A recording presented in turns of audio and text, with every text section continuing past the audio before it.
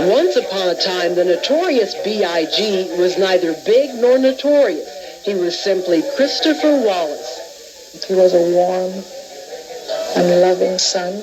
The biggest force in his life hovers at just over 5 feet and 100 pounds. His mother.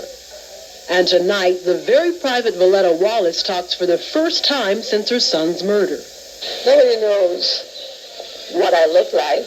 Their concept of me is a 300-pound or a more than 300-pound, 5'7", 6 foot, cigar smoking, beer drinking, street socializing mama.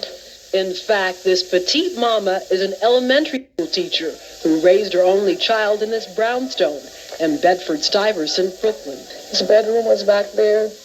This was our living room. Even in these pre-Versace days, he showed a flair for styling and showmanship, even when he was just helping direct traffic for passing school children.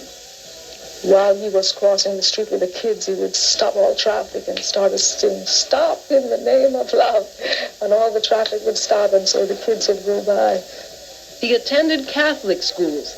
He was making good grades. Very good grades. Aspirations of becoming a dentist? If he maintained his average, he would get a scholarship. But instead of hitting the books, his mother says at age 17, he started hitting the streets. He dropped out of school and started to get into trouble. But those closest to him say he was never as bad as the images he created in his rap songs when he became notorious. I'd like to welcome to the stage the notorious B.I.G. Once he hit the stage, he began spinning fantastic stories of life on the street, of a gun-toting, designer clothes-wearing, drug-selling player, told in the first person. It seems that in the world of so-called gangster rap, a rap sheet is a resume, to be exaggerated. And then he said, "Mom, just an image, I have to sell records." Sell records he did. This there is the gold and the platinum sales for Ready to Die. That first CD, Ready to Die, made him a millionaire.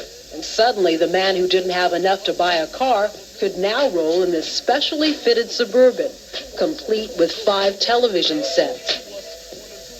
And he moved from the hood to the burbs of Teaneck, New Jersey, where his lifestyle was a curious mix of good father and good fellas. Along the way, he befriended another successful rapper, Tupac Shakur. Tupac was his best friend, yeah. He was his real buddy. Until 1994, when Tupac was held up and shot in New York, Tupac believed Big was behind the shooting. Tupac shot back with his blistering "Hit 'em Up." And now there was no question that their friendship was over. The lyrics included death wish for Big. He also boasts of sleeping with Big's wife, recording artist Faith Evans, who spoke to us exclusively in a candid interview. What do you want to say about your relationship or lack thereof with Tupac Shakur? Well, I don't really want to say. There's nothing to say. There was never a relationship between Tupac and me. None of it is true as far as me being involved with him. None of it is true. So you're saying you were never involved with Tupac. Never. The rap rivalry became more sinister this past September when Tupac was shot to death by an unknown gunman. Big's longtime friend and rapper Little Caesar says Big was upset by Tupac's murder. He was hurt, and he was scared, because he knew that was going to cause a lot more drama. I'm going back. 6 months later, Big was in California, Tupac's turn. March 8th, the head of his record label, Sean Puffy Combs, invited Big to a party, and music from his upcoming CD was featured. I heard they were playing Hypnotized over and over again. Over and over again. They played it 4 times back to back. I whispered in the ear, I said, "How you feeling right now?" He said, "I'm feeling my best. I can't wait till March 25th. He was 2 weeks away from the release of the biggest CD of his life, titled Life After Death. When it was time to leave the party, they formed a caravan, with Puffy in the lead, Big and Caesar riding in a Suburban in the middle, and a car with bodyguards just behind them. In this exclusive interview, Little Caesar talks about the events he witnessed. Why wasn't there any security inside the van? I don't know, maybe because like Big felt like he needed his friends around him more. Like, So you were sitting just behind Big. I had my window like halfway down, so I was looking out the window. You just see a car pull up on Big door, like pull up on Big door, and no words, just a single dude in the car, and he just fired shots inside the door. When we saw it, everybody got down in the car. Everybody bent down and just hear the shots just ringing in the car. But no window busted or nothing. Nobody screamed. Big ain't screamed. He just say, ouch.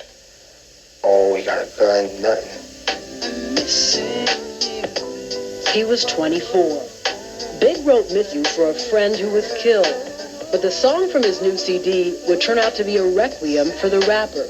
And thousands of New Yorkers paid their last respects.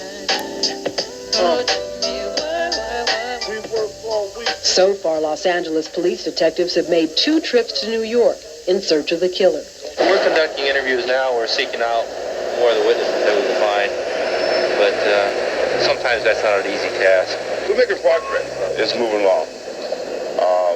I'd like to give a lot of thanks to Mrs. Wallace. She's been very helpful in locating and having witnesses available to us. And are you going to have to pack all this up? I don't know what I'm going to do yet. I really don't know. It's kind of hard right now. We haven't decided yet, but this house, it has a lot of sad memories. Because he's just looking at it and he's not even here to enjoy it.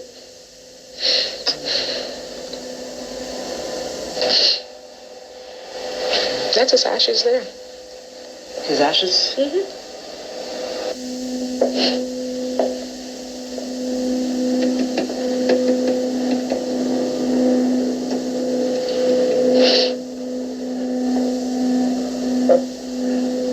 One of her grandchildren is too young to realize what happened. The other is old enough to ask questions and to cry for her daddy. Valletta Wallace is crying too, for Christopher and for justice. I want to know why. Could anyone be so cold-blooded, so venomously cruel as to pull a gun on someone, take a life, take away a son, take away a father, a husband, a friend? I have to see him.